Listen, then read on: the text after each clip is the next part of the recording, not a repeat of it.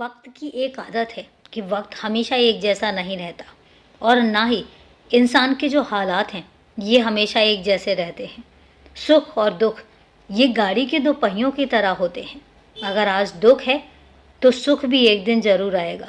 बस मेरी बात हमेशा याद रखना कि कभी भी दुख में इतना मत घबरा जाना कि तुम खुद को तोड़ लो, और जब सुख आए तो इतना मत इतरा जाना कि तुम्हें अपने आगे कोई दिखाई ही ना दे। सुख और दुख दोनों में अपने स्वभाव को सामान्य रखना, एक मुस्कुराहट के साथ और बिना किसी घमंड के। तुम्हारी ज़िंदगी में जो भी परीक्षा चल रही है, मैं तुमसे कह रहा हूँ, वो परीक्षा अब खत्म होती है।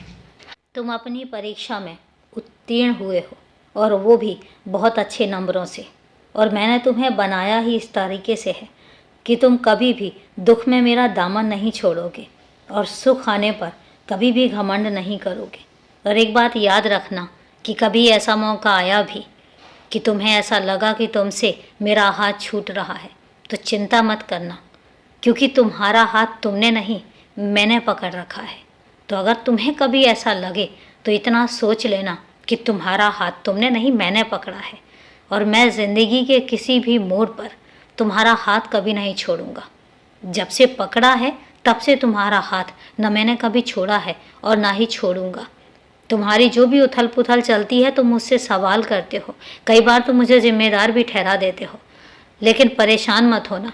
मैं इन सब चीज़ों से ना तो तुमसे नाराज़ होता हूँ और ना ही तुम्हारे से कोई शिकायत करता हूँ, क्योंकि मुझे तुमसे कोई शिकायत कभी होती ही नहीं है। इसलिए याद रखना, अपने कर्म पथ पर चलते चलो, क्योंकि ये कर्म है जो तुम्हारी ज़िंदगी में बहुत आगे तुम्हें लेकर जाएगा, बहुत कुछ बदल देगा। इसलिए कर्म करना कभी मत छोड़ना, क्योंकि कर्म है तो तुम हो। और याद रखना, ये जो तुम्हारे कर्तव्य हैं, ये कर्तव्य तुम्हें कहाँ तक लेकर जाएंगे ये तुम भी नहीं जानते हो, मैं जानता हूँ। इसलिए तुम्हें आगे का रास्ता बता रहा हूँ। तो खुश रहो, और अभी के लिए शुभ रात्रि मेरे बच्चे।